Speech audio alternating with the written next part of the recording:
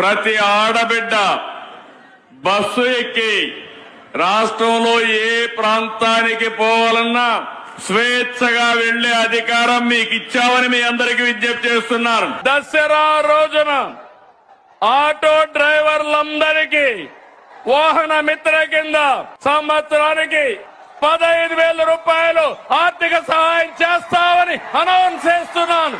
హ్యాపీనా? సంతోషమా అని అడుగుతున్నా. ప్రజలు తిరగబడరా? వాళ్ళు ఏమన్నా పిచ్చోళ్ళ? వాళ్ళు అడిగితే ఏం సమాధానం చెప్తా? సమాధానాలు అడిగి వినే తీరిక ఎవరికి ఉందయ్యా?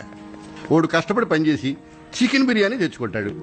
వాడి దగ్గర చికెన్ ముక్క లాక్కున్నాం అనుకో, అన్నంలో పప్పు కలుపుని తింటాడు. పప్పు లాక్కున్నాం అనుకో, చారు కలుపుని తింటాడు. అన్నమే లాక్కున్నాం అనుకో, వాడు కంగారు పడి అటు ఇటు చూస్తాడు. అప్పుడు మనం రైస్ ఫ్రీ అనాలి. వాడు ఎగిరి గెంతేసి పనిని చికెన్ బిర్యానీని మర్చిపోయి మన దగ్గర బానిసలాగా పడుంటాడు. సమాధానాలు ఎవరికి కావాలయ్యా? అది మన పాలసీ. కానీ అది తప్పు కదా సార్. లేదయ్యా, ప్రజలు మన నుంచి ఏమీ ఎక్స్పెక్ట్ చేయట్లేదు. ఇలా ఉంటేనే వాళ్ళు ఓటేస్తారు. వాళ్ళని మనం అలాగే ఉంచాలి. వాళ్ళకి మన మీద ఆశ లేదు, మనకి వాళ్ళ మీద హక్కు లేదు.